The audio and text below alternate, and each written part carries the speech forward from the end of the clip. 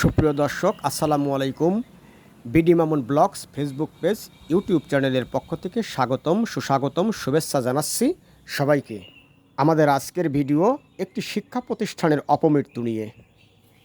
দর্শক, মফস্বল অপসাংবাদিকতার সুযোগ নিয়ে সরকারি প্রশাসনের বিকৃত কুৎসিত মানসিকতার রুচিহীন অফিসারদের অপকর্মকাণ্ডের ফল হলো একটি চলমান শিক্ষা প্রতিষ্ঠানের অপমৃত্যু।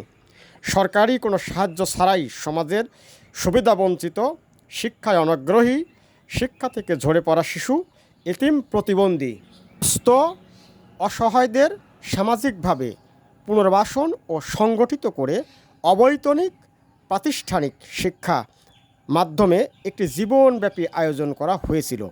রাজবাড়ী জেলায় পাংশা প্রেস ক্লাবের কয়েকজন দুশ্চরিত্রের অপসাংবাদিক, যাদের কোনো শিক্ষা দীক্ষা নাই, তারা শুধু দলীয় গডফাদারদের জোরে সাংবাদিকতার তকমা গায়ে মাখিয়ে গত 16 বছর ধরে ধন্দুমার চাঁদাবাজি করে গেছে।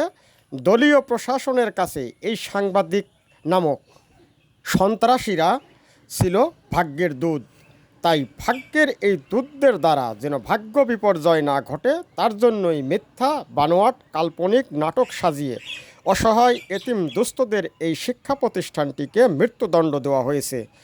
ব্যক্তিগত হিংসা চরিতার্থ করতেই এই শিক্ষা প্রতিষ্ঠানটির মৃত্যুদণ্ড কার্যকর করেছে একজন উপপরিচালক, যিনি গত প্রায় 15 বছর ধরে রাজবাড়িতে নাকে তেল মাখিয়ে আরাম আয়েসে ঘুমিয়ে ঘুমিয়ে সরকারি অফিসের কার্যক্রম পরিচালনা করছে।